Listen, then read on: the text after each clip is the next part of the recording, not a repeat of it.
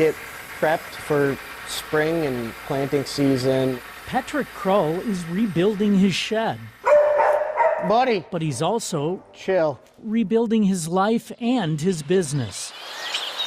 On February 8th, just like most other days, Patrick was working on the farm, enjoying the early February sunshine and record high temperatures. But the beautiful weather changed quickly. At 6:00 p.m., this tornado touched down just south of Evansville. Shortly after that, it struck the Kroll family farm. My girlfriend called me and she said, hey, there's a tornado coming, and the sirens were going off, so I headed up there because she was scared.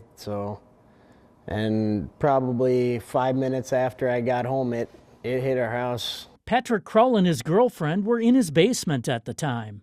The most of what I could hear was our windows breaking.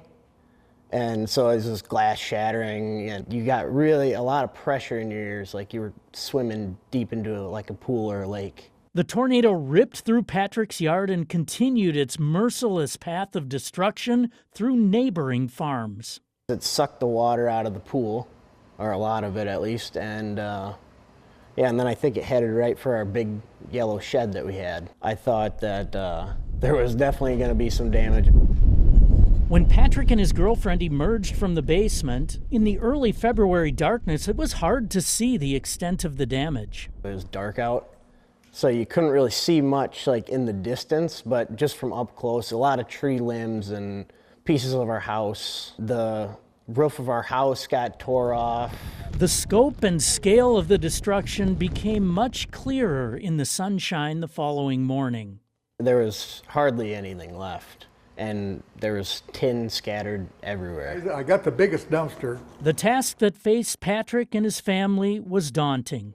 There's never a shortage of work on a farm, but now they had to add cleanup and rebuilding to the normal daily chores. Just cleaning up all the garbage and the scrap metal, and then starting reconstruction. It was, I would say, a good few weeks. We were at it every day, yeah. Whenever we had time, we were cleaning stuff up. But the Krolls soon found they were not alone and witnessed Evansville's hometown spirit at its finest. Here in Evansville, everybody came to try to help. You know, there was probably hundreds of people that came and helped clean things up and offering their assistance and things, you know.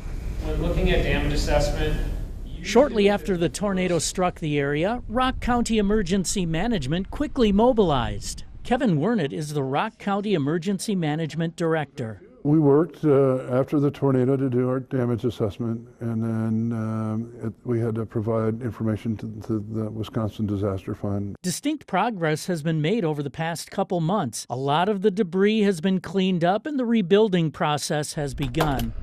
But there's still a lot of work to be done in the weeks and months ahead. There's still families that are recovering from this, and it's going to take years. So the recovery task force made sure that, tried to ensure local residents know what resources are available. And as they've identified need, they've connected those dots with some of those volunteer programs.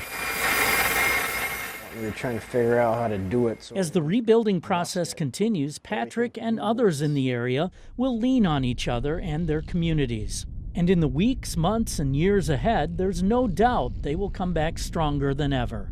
We're getting along. We all help each other out. I think we just kind of have each other's backs.